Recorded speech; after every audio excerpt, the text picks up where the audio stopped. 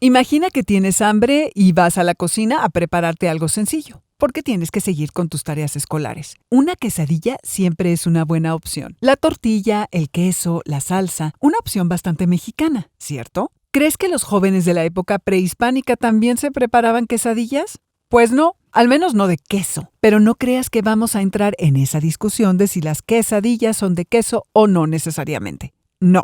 La cuestión es que el queso llegó a lo que hoy es México cuando los españoles lo trajeron con el ganado vacuno y otros muchos productos alimenticios de origen animal y vegetal. Este rico antojo, por más sencillo que parezca, es el resultado de la combinación de la cocina mexicana y la española. Maíz, queso, jitomate, chile, cebolla. Es solo un pequeño ejemplo de cómo la mezcla de culturas se complementa y transforma para crear algo nuevo. Y cómo la mezcla también viaja con las migraciones, porque quesadillas también las encontramos en Estados Unidos. En el programa de hoy descubriremos cómo ha ido cambiando la dinámica de convivencia entre mexicanos y estadounidenses a lo largo de los años y los resultados culturales que han surgido de esta dinámica.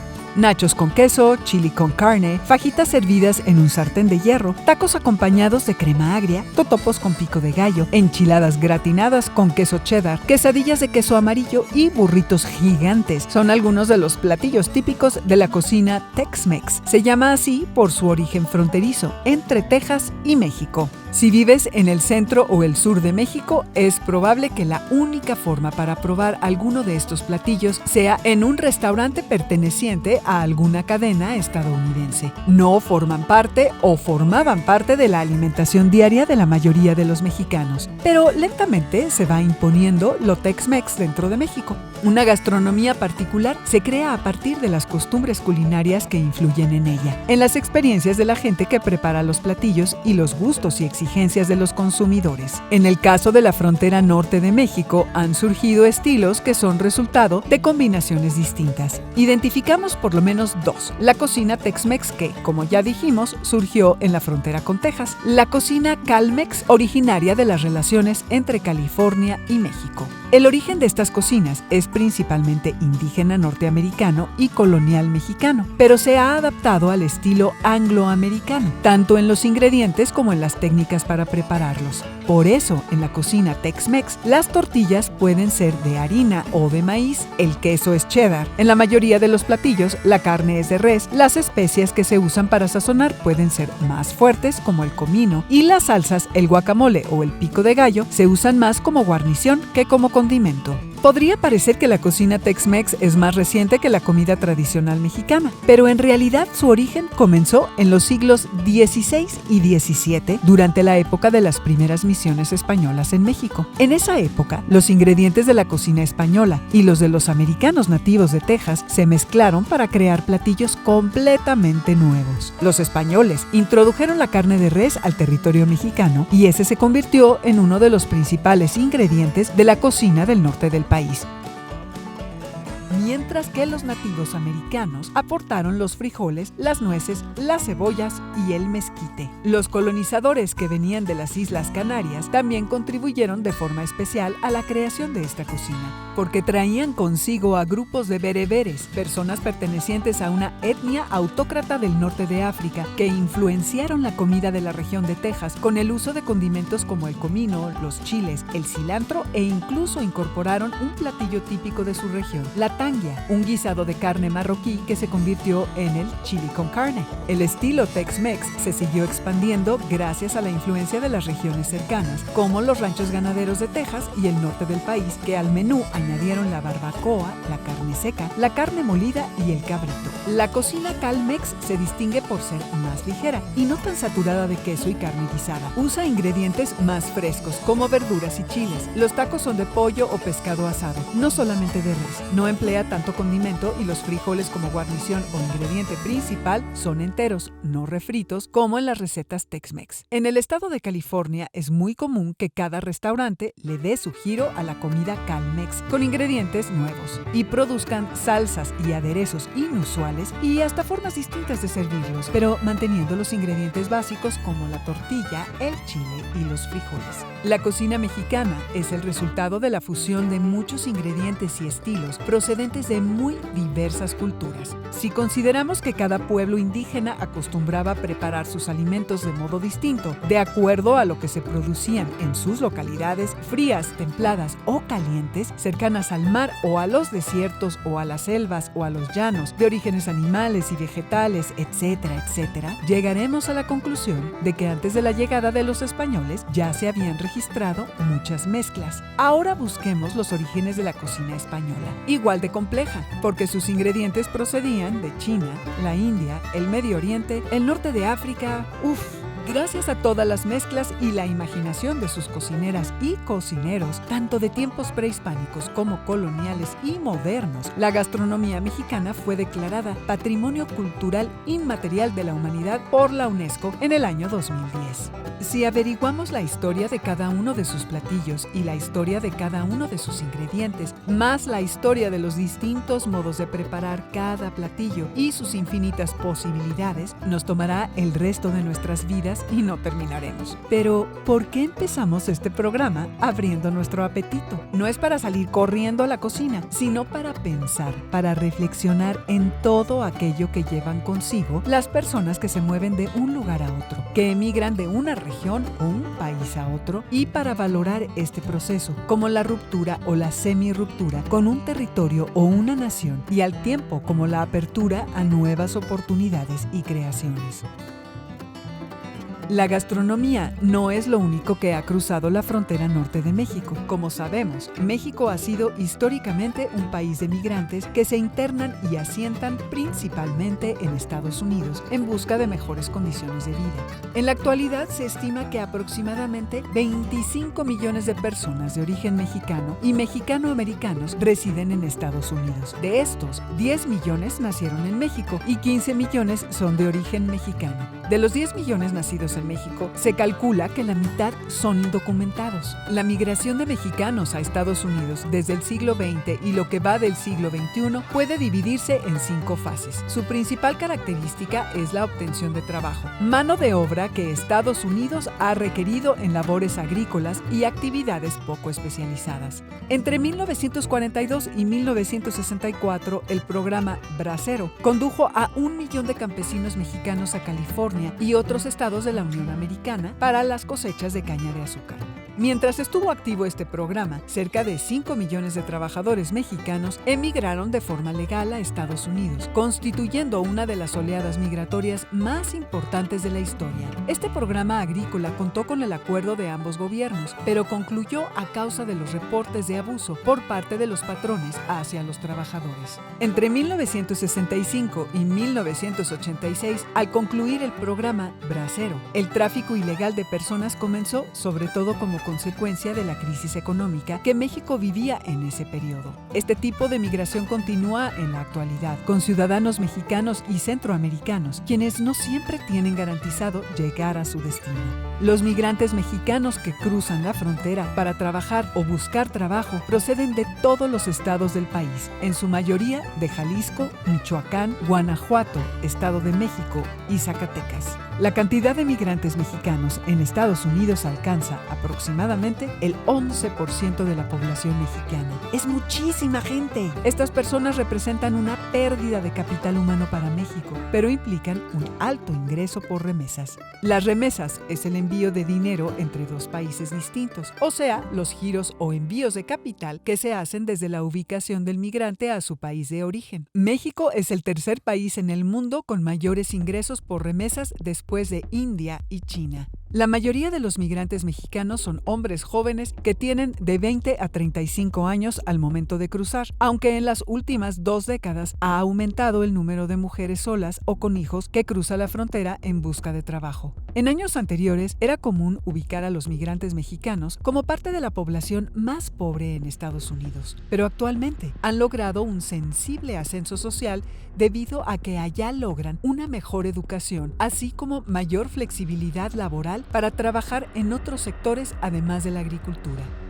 Uno de los mayores problemas de los inmigrantes mexicanos en Estados Unidos ha sido la discriminación. La condición de indocumentados de muchos de ellos los coloca en una situación vulnerable. Sufren explotación económica, inseguridad social, racismo y violencia, tanto por parte de los estadounidenses como de los mexicanos que los internan o les dan trabajo. La discriminación de los mexicanos en Estados Unidos se remonta al siglo XIX, cuando México perdió más de la mitad de su territorio. Con el Tratado de Guadalupe Hidalgo, miles de mexicanos quedaron de un día para otro incorporados a la nueva nación en su antiguo territorio. Si bien términos despectivos como espalda mojada o wetback o frijolero o beaner hacen referencia al paso clandestino o nado por la frontera del río Bravo y al consumo de frijoles en la comida mexicana, en los últimos años la discriminación por racismo y xenofobia ha aumentado en Estados Unidos debido a su promoción por autoridades del gobierno, como el del actual presidente, Donald Trump, y por grupos de supremacistas blancos. Estos actos discriminatorios han incluido la violencia contra mexicanos, centroamericanos migrantes y en general latinos en distintas nacionalidades.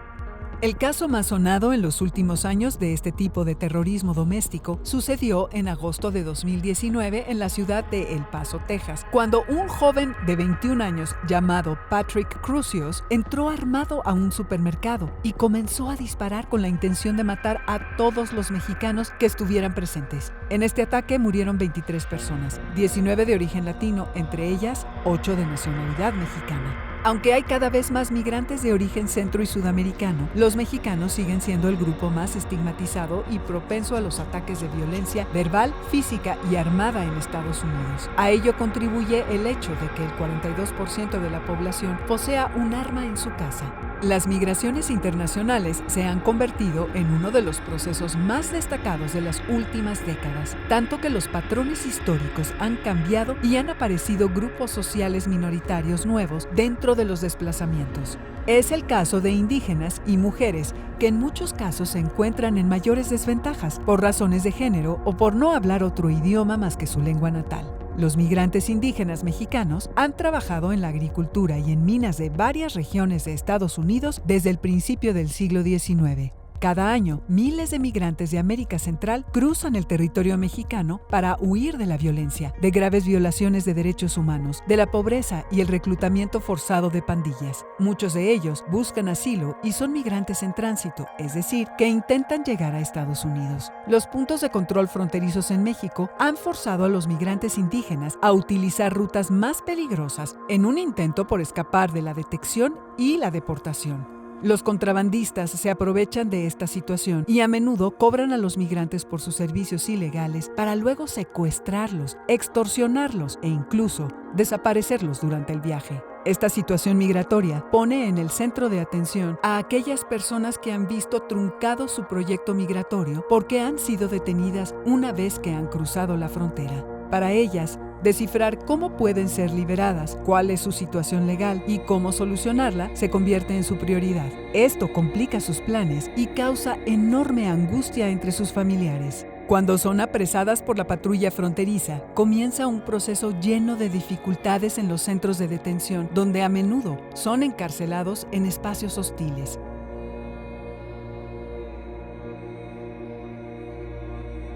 ¿A qué se debe el aumento en el número de indígenas migrantes en la frontera de México hacia Estados Unidos? ¿En qué frontera es más común encontrarlos? Bueno, este aumento de la migración de indígenas evidentemente se debe a la pobreza. No es una casualidad que el aumento de estos migrantes venga de los estados más pobres de México, como es el caso de Chiapas, Oaxaca, Guerrero, donde hay una mayor concentración de población migrante.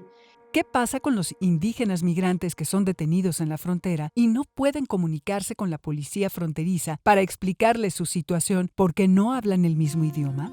Responde claramente a un racismo institucional que está vigente tanto al interior de los países expulsores de migrantes como en el ámbito internacional. Se ve de manera muy clara en contextos migratorios. Ya han sido muchos los indígenas que pues han sido penalizados sin saber de qué se les acusaba o qué se estaba pasando, no entendían la situación, incluso han llegado a ser encarcelados. Estos son vulneraciones contundentes del derecho a ser debidamente informado por la condición étnica, lingüística. Y entonces aquí, si bien los sistemas jurídicos y los sistemas del derecho hablan del derecho de todas las personas a disponer de traductores para que en su propias lenguas sean adecuadamente informadas y accedan a situaciones de comunicabilidad justa cuando se dan detenciones y otras situaciones en el ámbito de la migración, la realidad es que este derecho se vulnera de manera importante. Se dan situaciones tremendamente injustas que ya han sido denunciadas por muchas organizaciones no gubernamentales, investigadores, activistas y... ¿Qué pasa con los indígenas que no logran llegar a la frontera y tampoco pueden regresar a su lugar de origen? En estos casos lo que se da es una inmovilidad, que es el otro aspecto de la migración que no se visibiliza tanto y que igualmente coloca a la población migrante en general y indígena en particular en situaciones de alta vulnerabilidad y riesgo social.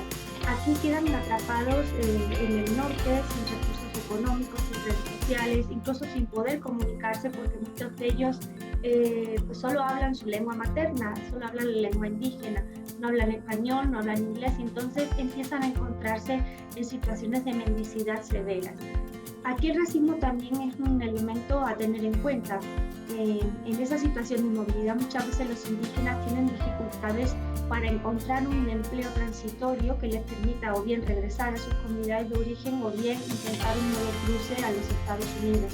Y justamente por ese racismo y esa marginación pues a los que la sociedad los relega, ¿no?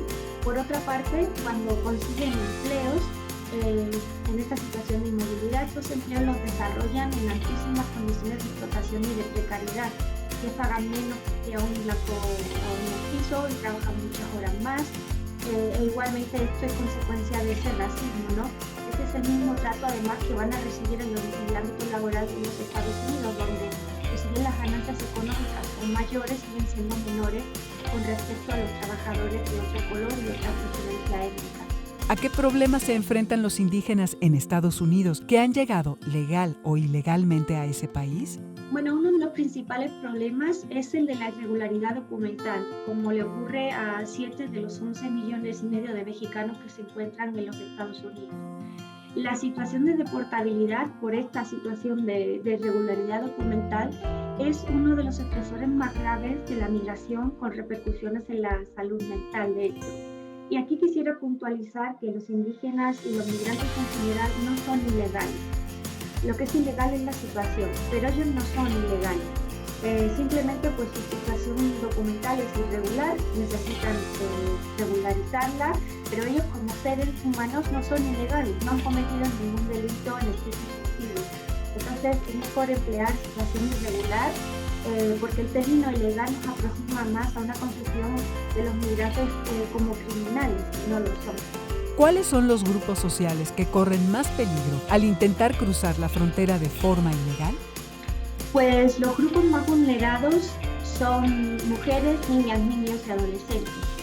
A partir de la década de los 80, con el IRCA, la corriente migratoria a Estados Unidos desde México cambió su patrón. Antes de esa fecha, principalmente migraban a Estados Unidos varones mexicanos en edad productiva, pero a partir del IRCA, que favorecía la reunificación familiar en Estados Unidos, el patrón cambió e incorporó ya mujeres, niñas, niños y adolescentes. ¿Has escuchado hablar de los chicanos? ¿Son migrantes? ¿Son indocumentados? ¿Cuál es su origen? Chicano es un término usado para nombrar al estadounidense de ascendencia mexicana, o sea que nació en Estados Unidos de padres mexicanos. Originalmente se designaba así solamente a los mexicanos que vivían en los territorios estadounidenses. Después pasó a utilizarse para los ciudadanos estadounidenses de origen mexicano, y no solo eso, pasó a convertirse en todo un movimiento promotor del orgullo por la identidad mexicana. Las actitudes de discriminación de la sociedad estadounidense hacia la comunidad mexicana y de origen mexicano provocaron en los mexicanos una necesidad de organizarse para la autodefensa. Los mexicanos y chicanos que habían probado su lealtad a la nación estadounidense en las 2 guerras mundiales pensaron que su lucha debía continuar hasta lograr el reconocimiento pleno de sus derechos. Así fue como surgieron organizaciones comunitarias y parroquiales de defensa mutua y promoción de programas sociales de vivienda, trabajo y educación que, a lo largo de la frontera, reforzaban la mexicanidad y establecían lazos con algunos cónsules y grupos en el lado mexicano. El movimiento significó la adquisición de conciencia colectiva para unirse y consolidar una identidad propia. Para distinguirse de otros grupos, los chicanos retomaron símbolos y expresiones de la historia de México, como Aztlán, La Raza, Hidalgo, Morelos, Zapata, la Virgen de Guadalupe, y le dieron al término chicano un significado ideológico de lucha y resistencia, de actividad política y expresión artística. Chicano significa para los chicanos alguien que intenta cambiar las estructuras sociopolíticas estadounidenses para alcanzar la justicia y la dignidad personal. Desde los años 60, los chicanos están organizados en clubes de oriundos, clubes comunitarios y organizaciones populares. Su deseo por conocer la historia y las diversas culturas mexicanas los ha conducido a fundar centros culturales en donde se imparten clases. También los ha llevado a crear música, a pintar y escribir sobre temas alusivos a lo que es México fuera de México, lo que es otro México. Todo ello da lugar a una nueva cultura. Los murales chicanos son un ejemplo de sus manifestaciones artísticas. Incluyen imágenes de culturas prehispánicas, imágenes religiosas como la Virgen de Guadalupe, imágenes de héroes revolucionarios como Zapata, calaveras, mujeres mexicanas y fauna, como jaguares o águilas, acompañados de la bandera y el escudo mexicanos. Son una manera de fortalecer la cohesión y enfrentar el dominio anglosajón. Los mexicanos en Estados Unidos comenzaron a reconocerse como comunidades transnacionales que desarrollan su vida aquí y allá, benefician a ambos países y, por lo tanto, tienen derechos también en las dos naciones. Como hemos visto a lo largo del programa, la comunidad mexicana en Estados Unidos ha hecho aportaciones laborales y culturales a la sociedad donde vive. La propuesta de construir un muro a lo largo de la frontera con México ayudó a Donald Trump a llegar a la Casa Blanca. Su discurso original decía que se trataba de un muro grande y hermoso, que sería pagado por México, como una herramienta esencial para mantener a los estadounidenses a salvo de los traficantes de drogas, pero indirectamente se refería también a los migrantes ilegales que intentan cruzar la frontera a pie. La frontera entre Estados Unidos y México tiene una extensión de más de 3,000 kilómetros y, aunque Trump originalmente afirmó que el muro cubriría toda esa distancia, aclaró luego que obstáculos naturales como montañas y ríos ayudarían a cubrir algunas partes. Desde que Trump llegó al poder, la Oficina de Aduanas y Protección Fronteriza de Estados Unidos declaró que fueron construidos un total de 111 kilómetros de un supuesto nuevo sistema fronterizo. Pero gran parte de esto no es un nuevo muro, sino más bien trabajos de mejora en infraestructuras preexistentes en los 1,000 kilómetros de barreras que ya existen a lo largo de la frontera. Los simpatizantes de Trump han expresado que se sienten inseguros cuando saben que hay mexicanos o latinoamericanos en su barrio. También han dicho que los inmigrantes quitan trabajos que podrían ser destinados a estadounidenses. ¿Mala información? ¿Pretextos? La mayoría de los trabajos de los migrantes mexicanos o centroamericanos en Estados Unidos corresponden a los que los ciudadanos estadounidenses no quieren realizar por considerarlos inferiores, como labores agrícolas, servicios de limpieza, jardinería o trabajo pesado en la industria de alimentos. Resulta contradictorio. Por una parte, los grupos antilatinos son xenófobos, desprecian a los extranjeros y solo quieren que los ciudadanos estadounidenses vivan en su territorio, pero por otra parte, los buscan y contratan porque los necesitan. En México, la población de origen extranjero ocupa un lugar marginal en la composición demográfica del país. A pesar de que los gobiernos siempre admitieron la importancia de atraer inmigrantes, México ha tenido una de las políticas inmigratorias más restrictivas de América Latina, las cuales se han hecho evidentes con las caravanas de migrantes centroamericanos. ¿Por qué sucede esto? ¿La sociedad mexicana es una sociedad xenófoba? Pues lamentablemente cada vez más, como la mayoría o la práctica totalidad de la sociedad hoy, ¿no? Ese miedo a lo desconocido, el miedo a que se le arrebate a la gente lo que tenga, ya sea mucho o poco. Este discurso de los migrantes vienen a quitarnos el trabajo es un discurso muy alimentado, como ya sabemos, por muchos gobiernos, pero simplemente para tener a alguien a quien culpar y no tener que reconocer la incapacidad de solventar problemas nacionales, ¿no? Y la gente se lo cree, la gente compra este discurso y la sube. Entonces, bueno, ¿a quién le vamos a echar la culpa de que sube el desempleo o aumenta la criminalización? A los migrantes que no pueden defenderse porque no son nacionales. ¿Por qué algunos sectores de la sociedad mexicana defienden a los mexicanos que cruzan la frontera norte, pero rechazan a los que quieren entrar por la frontera sur? Bueno, esta pregunta tiene mucho que ver con la anterior también, y tiene mucho que ver con esa xenofobia, ¿no? La llegada de inmigrantes se plantea siempre como una ola, como una invasión.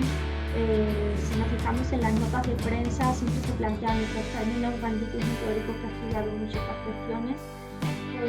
Los migrantes mexicanos van a Estados Unidos a buscarse la vida de manera ordenada, pero los que vienen de Centroamérica pues vienen a delinquir, ¿no? Ese es el discurso de la xenofobia, que no solo solamente de México o de América, sino de todo el mundo, incluida Europa. ¿Los mexicanos tienen los mismos miedos que los estadounidenses hacia los extranjeros? México ha tenido siempre una mano amiga en general con los extranjeros. Por ejemplo, el presidente Lázaro Cárdenas acogió entre 20 y 25.000 refugiados españoles durante la Guerra Civil y también otros cuantos miles de europeos durante la Segunda Guerra Mundial. Pero es cierto que sobre todo en los últimos años la tendencia ha cambiado y algunos sectores sociales han terminado adoptando de alguna manera el mismo discurso de Estados Unidos que criminaliza a los migrantes. En el programa de hoy aprendimos cómo las culturas mexicana y estadounidense se han mezclado y complementado en varios aspectos. Desde la creación de las dos naciones, ¿siempre han tenido sentimientos encontrados? ¿Nunca podrán entablar una relación donde ambas ganen? ¿Tú qué piensas? Por lo pronto, llévate estas preguntas y reflexiones durante la activación. Enseguida, recuerda que Comunicación nos trae temas de filosofía. No te lo pierdas.